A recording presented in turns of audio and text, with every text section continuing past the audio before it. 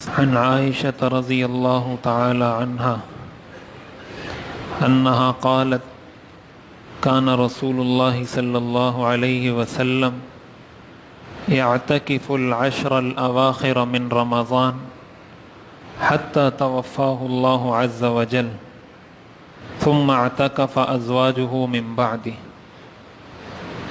حضرت عائشہ رضی اللہ تعالی عنہ فرماتی ہیں کہ حضور علیہ الصلاۃ والسلام رمضان کے آخری عشرے میں مستقل اعتکاف فرمایا کرتے تھے، یہاں تک کہ اللہ تعالیٰ نے ان کو اپنے پاس بلا لیا، اور پھر حضور علیہ الصلاۃ والسلام کے بعد حضور کی ازواج نے بھی اعتکاف کے اس سلسلے کو جاری رکھا۔ یہ صحیح بخاری اور صحیح مسلم کی حدیث ہے۔ اس سے یہ معلوم ہوتا ہے کہ حضور علیہ الصلاۃ والسلام اعتکاف آپ نے ہر سال فرمایا ہے، مسلسل۔ جب سے مدینہ آپ نے ہجرت کی ہے، کوئی ایک سال بھی ایسا نہیں جس میں آپ نے اعتکاف نہ فرمایا ہو۔ اور رمضان کے آخری عشرے کا اعتکاف اسی وجہ سے سنت ہے، اور یہ سنت مؤکدہ علی الکفایہ ہے۔ اس کا مطلب یہ ہے کہ اگر پورے علاقے میں کوئی بھی شخص اپنی مسجد میں اعتکاف نہیں کرے گا تو پورے علاقے والے گناہ گار ہوں گے۔ سارے محلے والے، اس محلے جس محلے کی وہ مسجد ہے، سارے محلے والے قابل ملامت ہیں شریعت کی نظر میں اگر کوئی اجتماعی طور پر اس سنت کو ترک کر دیتا ہے۔ اس لیے ایک تو اس کی اہمیت اس سے معلوم ہوتی ہے کہ حضور علیہ الصلاۃ والسلام نے اس میں کوئی ناغہ نہیں کیا۔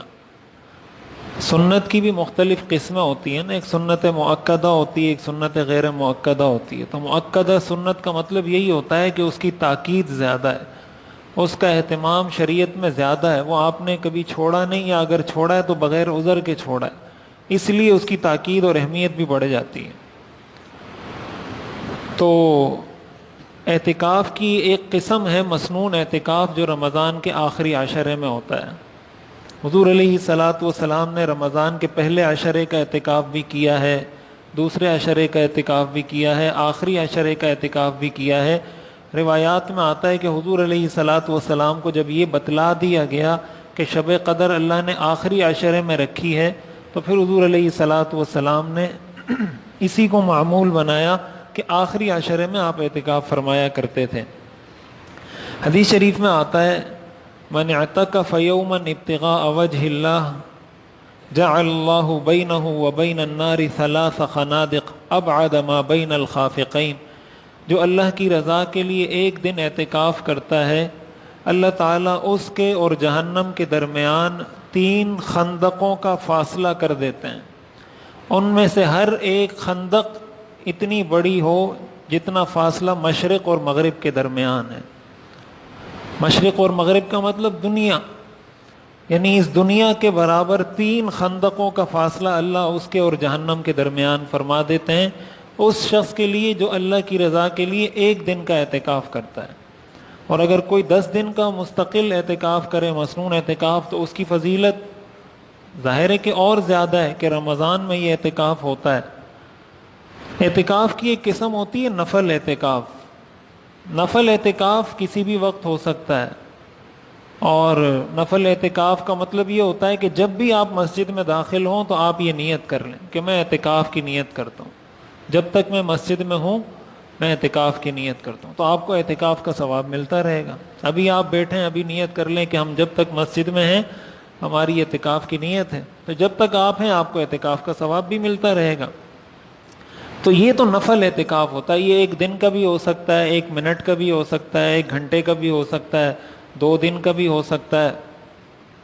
جتنے لمحے کے لیے کوئی وہ اعتکاف کرنا چاہے، نفل یا مستحب اعتکاف کر سکتا ہے۔ جو مسنون اعتکاف ہے وہ پورا 10 دن کا ہے۔ 10 دن سے اگر کم ہوگا تو وہ اعتکاف مسنون نہیں ہوگا، وہ والی فضیلت اس کو حاصل نہیں ہوگی جو رمضان کے اعتکاف کی ہے۔ اور اعتکاف جس طریقے سے مردوں کے لیے سنت ہے، اسی طرح عورتوں کے لیے بھی سنت ہے۔ مرد حضرات مسجد میں اعتکاف کرتے ہیں اور خواتین اپنے گھر کی جو مسجد ہوتی ہے، گھر کی مسجد کا مطلب ہوتا ہے کہ جہاں خواتین گھر میں نماز پڑھتی ہیں، جو جگہ انہوں نے نماز پڑھنے کے لیے خاص کی ہوئی، جو کمرہ ہے، صحن میں کوئی جگہ ہے، جو بھی جگہ انہوں نے خاص کی ہوئی ہے وہاں وہ اعتکاف کریں۔ اگر خاص نہیں کی ہوئی تو خاص کر لیں کہ بھئی یہ کمرہ جو ہے میں نماز اس میں پڑھوں گی، اور اسی کمرے کو اپنے لیے معتکف بنا لے کہ بھئی یہی کمرہ میرے اعتکاف کی جگہ ہے، تو پھر اس کے لیے اس کمرے سے نکلنا جائز نہیں ہوگا بلا ضرورت شرعیہ یا بلا ضرورت طبعیہ۔ طبعی ضرورت ہو یا شرعی ضرورت ہو تو اس وقت تو نکل سکتی ہے، اسی طرح مرد بھی اسی وقت نکل سکتا ہے جب کوئی طبعی ضرورت ہو یا شرعی ضرورت ہو۔ طبعی ضرورت کا مطلب مثلا واش روم جانا ہے، کسی نے پیشاب پاخانے کے لیے جانا ہے، پانی پینے کے لیے جانا ہے۔ شرعی ضرورت کا مطلب مثلا وضو کے لیے جانا ہے، فرض غسل ہے اس کے لیے جانا ہے۔ اس طرح کے مقاصد کے لیے اعتکاف سے نکلا جا سکتا ہے جو مسنون اعتکاف ہے، لیکن بلا ضرورت اعتکاف سے نکلنا ایسے کام کے لیے جو شرعی طور پر یا طبعی طور پر ضرورت میں نہ آتی ہو جو چیز، اس کے لیے اعتکاف سے نکلنا جائز نہیں ہوتا۔ اور اعتکاف کی فضیلت اس لیے بھی ہے کہ اس کے اندر جو آخری عشرہ حدیث شریف میں آتا ہے، جب رمضان کا آخری عشرہ شروع ہوتا تھا، شد مئزرہ، حضور علیہ الصلوۃ والسلام اپنی کمر کس لیتے تھے، وایقظ اہلہ، اپنے گھر والوں کو رات کو جگایا کرتے تھے۔ کمر کسنے کا مطلب یہ ہے کہ آپ پوری توجہ، پورے اہتمام، پورے تیقظ کے ساتھ ان آخری 10 راتوں میں عبادت کیا کرتے تھے، اور اپنے گھر والوں کو بھی کہتے تھے کہ ان 10 راتوں میں ضرور عبادت کریں۔ اعتکاف کرنے والے کو اللہ تعالیٰ شب قدر عطا فرما دیتے ہیں، لیلۃ القدر اس کو نصیب ہو جاتی ہے۔ کیوں نصیب ہوتی ہے؟ کہ ظاہر ہے آخری 10 راتوں میں سے، طاق راتوں میں سے کسی رات میں ہے، اور وہ کوئی عبادت نہ بھی کرے تو اعتکاف تو خود عبادت ہے۔ وہ اگر سو بھی جائے تراویح پڑھ کے اور فجر کی جماعت کے لیے اٹھ جائے تو وہ مسجد میں جو سونا ہے وہ بھی عبادت ہے۔ اس کا مطلب اس نے لیلۃ القدر میں عبادت کر لی، تو لیلۃ القدر کی عبادت کا ثواب کسی کو مل جائے تو یہ کوئی کم فائدے کی بات ہے، یہ کوئی کم نفع کی بات ہے۔ قرآن کریم میں آتا ہے لیلۃ القدر خیر من الف شہر، 1000 مہینوں سے بہتر ہے، 84 سال کی عبادت سے بہتر ہے اس ایک رات کی عبادت۔ تو اتنی فضیلت کسی کو مل جائے کہ شب قدر کی عبادت اس کو نصیب ہو جائے تو یہ کتنی بڑی خیر کی بات ہے۔ دوسری بات یہ ہے کہ اس کا ہر لمحہ عبادت ہے، 24 گھنٹے اس کے عبادت ہے۔ وہ سو رہا ہے، وہ کھا رہا ہے، وہ جاگ رہا ہے، نماز پڑھ رہا ہے، تلاوت کر رہا ہے، جو بھی کام کر رہا ہے، بشرطے کہ جب تک کوئی ناجائز، کوئی غلط کام نہ کرے، اس کا ہر عمل عبادت ہے اس کے لیے۔ اس لیے کہ جب بھی وہ جو کام بھی کر رہا ہے، اعتکاف کی عبادت تو ساتھ ساتھ چل رہی ہے نا، اس عبادت کا ثواب تو اس کو مل رہا ہے۔ اور تیسری اہم بات اس میں یہ ہے اعتکاف میں کہ انسان کو دنیا سے ہٹ کٹ کر کچھ دیر اللہ سے لو لگانے کا موقع مل جاتا ہے، کچھ نوافل پڑھنے کا، کچھ قرآن کی تلاوت کرنے کا، کچھ دین کی بات سننے کا، کچھ مسجد کے ماحول سے اس کو انسیت ہو جاتی ہے۔ پھر اس کو وحشت نہیں ہوتی جیسے ہمارے نوجوانوں کو، بعض نوجوانوں کو وحشت ہوتی ہے مسجد میں آنے سے۔ یہ بہت خطرناک بات ہے کہ مسجد میں وہ آتے ہیں تو ایسا ہوتا ہے جیسے بہت پریشان ہو مسجد میں۔ یہ بہت خطرے کی بات ہے۔ مسلمان اور اللہ کے نیک بندوں کی پہچان یہ ہے کہ ان کا دل ہر وقت مسجد کے ساتھ معلق ہوتا ہے، ان کے دل میں ہر وقت یہ بات ہوتی ہے کہ کب اذان ہوگی اور میں مسجد جاؤں گا۔ یہ مسلمان کی پہچان ہے۔ یہ پہچان نہیں ہے کہ کب سلام پھرے گا اور میں مسجد سے نکلوں گا۔ ہمارے ہاں الٹا معاملہ چل رہا ہے۔ جب اعتکاف میں بیٹھتے ہیں اس کو کچھ انسیت ہو جاتی ہے کہ یار یہ ایک روحانی ماحول ہے، اللہ کا گھر ہے مسجد، ہر وقت اللہ کی رحمت برس رہی ہے، اللہ کے فرشتے، اللہ کی رحمت کے فرشتے ہر وقت مساجد میں موجود ہوتے ہیں، اور جہاں پر فرشتے موجود ہوتے ہیں وہاں اللہ کی رحمت برستی ہے۔ قرآن کریم میں آتا ہے نا لیلۃ القدر کے بارے میں، تنزل الملائکۃ والروح، کہ اس رات میں فرشتے اترتے ہیں۔ تو فرشتے اترتے ہیں، ان کی وجہ سے رحمتیں بھی ان کے ساتھ اترتی ہیں۔ مسجدوں میں ہر وقت رحمت کے فرشتے موجود ہوتے ہیں، تو ان کی صحبت انسان کو مل جاتی ہے، ان کے ماحول میں انسان رہنے لگتا ہے، تو یہ فائدہ بھی اس کو حاصل ہو جاتا ہے۔ اسی کے ساتھ ساتھ اعتکاف میں ایک بہت اہم چیز ہوتی ہے کہ انسان کو اپنے محاسبے کا، احتساب کا موقع مل جاتا ہے۔ ہم میں سے ہر شخص آج دوسروں کا احتساب تو کرنا چاہتا ہے، اپنا احتساب کوئی نہیں کرنا چاہتا، کہ اپنے اوپر آپ کوئی چیکر بٹھائیں، اپنا کوئی آپ احتساب کریں کہ بھائی میں کیا ہوں، میری زندگی کیسے گزر رہی ہے، میرے شب و روز کیسے گزر رہے ہیں، میں مسلمان ہوں، میری نمازوں کا کیا حال ہے، میری جو فرائض میرے اوپر عائد ہوتے ہیں، حقوق اللہ ہے، حقوق العباد ہیں، اس کا کیا حال ہے۔ کچھ تھوڑی دیر تنہائی میں بیٹھنے کا اس کو موقع مل جائے گا۔ یہ ساری وہ چیزیں ہیں، شریعت میں ویسے تنہائی پسندیدہ نہیں ہے کہ انسان دنیا سے ہٹ کٹ کر رہے، لیکن کچھ دیر کے لیے تنہائی یہ شریعت میں پسندیدہ ہے۔ حضور علیہ الصلاۃ والسلام جو غار حرا جاتے تھے نبوت ملنے سے پہلے، تو آپ وہاں کیا کرتے تھے؟ یہی تنہائی تو کرتے تھے، آپ جا کے تنہائی میں رہتے تھے، اللہ سے لو لگاتے تھے اور اللہ سے باتیں کرتے تھے اور وہاں عبادت کیا کرتے تھے۔ غار حرا میں اور تو کوئی عبادت نہیں تھی، یہی عبادت تھی کہ بس آپ تنہائی میں لوگوں سے ہٹ کٹ کر بیٹھ کر کچھ دیر اللہ سے بات کریں، اللہ سے لو لگائیں۔ یہ ایک علاج ہے انسانی، نفسیاتی طور پر بھی یہ انسان کا علاج ہے کہ اس سے انسان کی روح کو سکون ملتا ہے۔ جب آپ بیٹھتے ہیں، اپنا محاسبہ کرتے ہیں، آپ کو پتہ چلتا ہے میں کہاں پہ کھڑا ہوں۔ ویسے تو ہر آدمی سمجھتا ہے نا کہ میں بہت نیک ہوں، زبان سے تو ہر آدمی کہتا ہے میں گناہ گار ہوں، دل سے تو کوئی بھی نہیں مانتا ہے۔ زبان سے تو ہر آدمی یہ کہتا ہے میں بہت گناہ گار ہوں، دل سے کوئی نہیں مانتا ہے اس بات کو۔ دل سے تو وہ یہ سمجھتا ہے کہ میرے سے زیادہ کوئی نیک ہے نہیں۔ اگر اس کو ایک دن تہجد کی نماز پڑھنے کی توفیق ہو جائے تو وہ سمجھتا ہے یہ سارے لوگ تو شاید انسان ہی نہیں ہیں، اس لیے کہ میں تہجد پڑھتا ہوں، یہ تہجد نہیں پڑھتے۔ تو انسان تو اپنے آپ کو بہت نیک سمجھنے لگتا ہے، ذرا سی کوئی نیکی کر لے، کہیں کوئی صدقہ دے دے، کہیں کسی کو زکوٰۃ دے دے، کہیں کسی کے ساتھ تعاون کر لے، کسی یتیم کے سر پہ ہاتھ رکھ لے، تو وہ سمجھتا ہے کہ دنیا میں تو میرے سے اچھا آدمی کوئی ہے نہیں، میں نے یتیم کے سر پہ ہاتھ رکھا ہے، یہ سارے تو یہ کام نہیں کرتے۔ تو وہ اپنے آپ کو سب سے نیک سمجھ رہا ہوتا ہے، اور یہ سب سے خطرناک بات یہی ہے کہ انسان اپنے آپ کو اچھا سمجھے۔ قرآن کریم میں آتا ہے فَلَا تُزَكُّوا أَنفُسَكُمْ هُوَ أَعْلَمُ بِمَنِ اتَّقَىٰ، اپنے آپ کی صفائیاں مت بیان کرو، اللہ زیادہ جانتا ہے کون زیادہ متقی ہے، لہٰذا زیادہ اپنی صفائیاں بیان نہیں کرو۔ لَا تُزَكُّوا أَنفُسَكُمْ هُوَ أَعْلَمُ، اللہ فرماتے ہیں میں زیادہ جانتا ہوں کون اللہ سے زیادہ ڈرتا ہے۔ یہ توفیق بھی انسان کو اعتکاف میں ہو جاتی ہے۔ تو یہ اس کے فوائد ہیں، اس کے ثمرات ہیں، اور یہ انسان کو اسی وقت حاصل ہو سکتے ہیں جب انسان پوری طرح نیت کر کے پورے اہتمام کے ساتھ یہ 10 دن مسجد میں گزارنے کا عزم اور نیت کرے کہ بھائی میں نے اس کو قیمتی بنانا ہے، ان راتوں سے میں نے کچھ فائدہ حاصل کرنا ہے، اس ماحول سے میں نے کوئی فائدہ حاصل کرنا ہے۔ جب اس نیت، اس عزم کے ساتھ وہ آئے گا تو ضرور اس کو کچھ نہ کچھ حاصل ہو جائے گا۔ رمضان کا آخری عشرہ نجات کا عشرہ ہے، اللہ تعالیٰ اس کو جہنم سے نجات بھی عطا فرما دیں گے، ظاہر توبہ کی توفیق بھی ہو جائے گی۔ بہت ہی اس کے فوائد ہیں، اور سب سے بڑھ کر یہ کہ حضور علیہ الصلاۃ والسلام کی ہمیشہ کی سنت ہے۔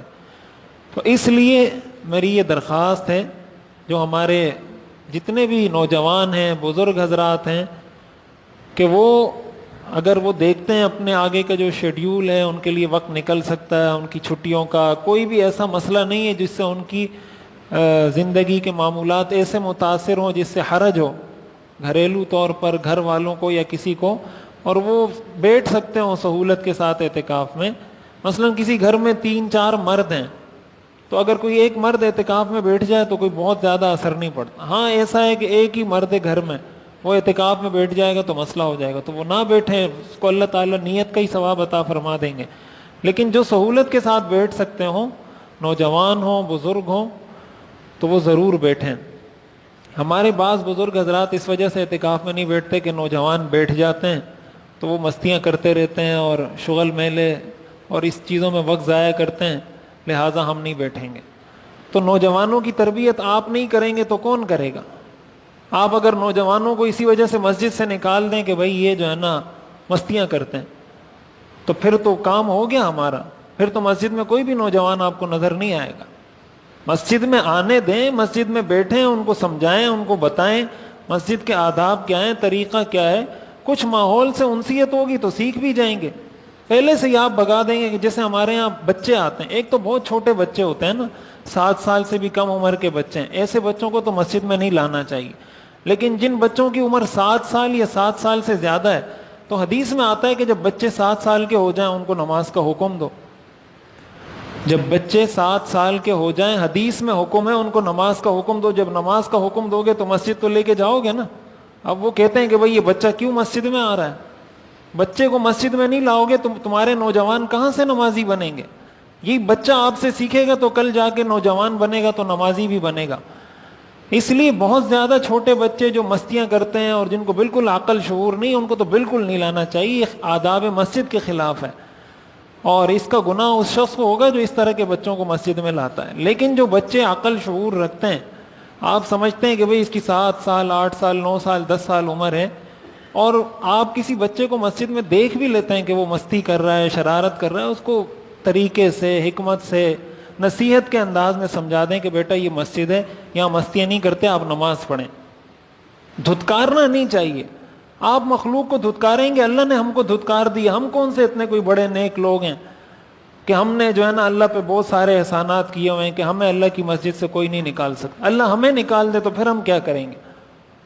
تو یہ کوئی مذاق کی بات نہیں ہے. حدیث شریف میں آتا ہے بنی اسرائیل میں 2 لوگ تھے, 2 بھائی تھے. ایک بڑا نیک تھا اور ایک بہت گناہگار تھا. وہ جو نیک تھا وہ ہر وقت سمجھاتا رہتا تھا اپنے جو گناہگار بھائی تھا کہ بھائی تم توبہ کرو, یہ کرو, وہ کرو. بہت اس نے سمجھایا, وہ مانتا ہی نہیں تھا. ایک دن اس نے قسم کھائی, اللہ کی قسم تیرے کو تو اللہ جنت میں ڈالے گا ہی نہیں, جنت میں بھیجے گا ہی نہیں. صحیح حدیث ہے, حضور نے فرمایا, اللہ نے فرمایا من ذا الذی یتعلی علی, یہ کون ہے جو میرے اوپر قسم کھاتا ہے, میرے نام کی قسم کھا رہا ہے کہ اس کو اللہ جنت میں نہیں بھیجے گا. اس کو میں نے جنت میں بھیج دیا اور اس کو جہنم میں ڈال دیا. یہ کوئی مذاق کی بات نہیں ہے. آپ قریب کریں گے مسجد سے بچوں کو, نوجوانوں کو, وہ آپ کے بنیں گے, وہ مسجد سے قریب آئیں گے, ان کو دین کی بات سننے سمجھنے کا موقع ملے گا.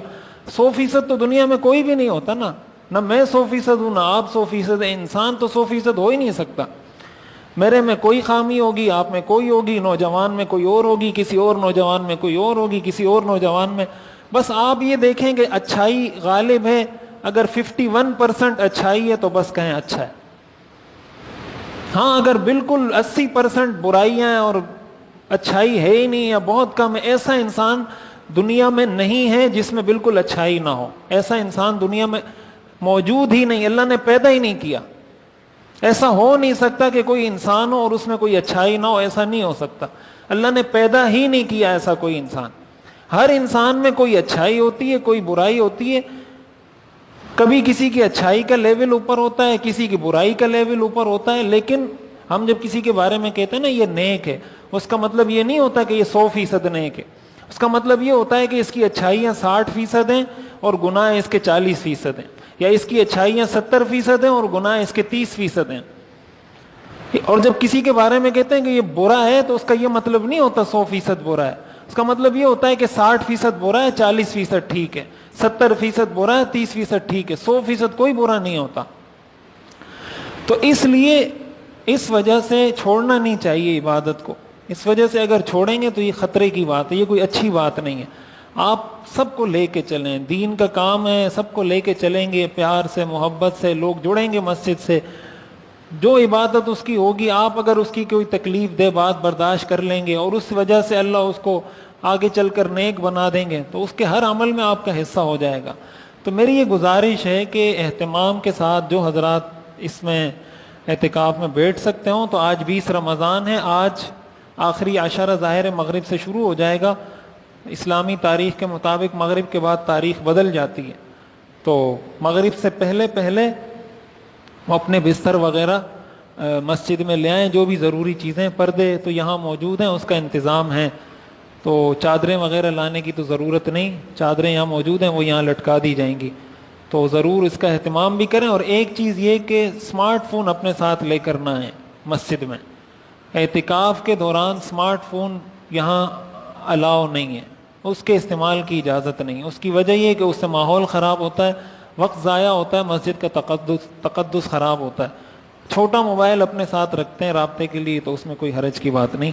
اللہ تعالی ہمیں سمجھنے اور عمل کرنے کی توفیق عطا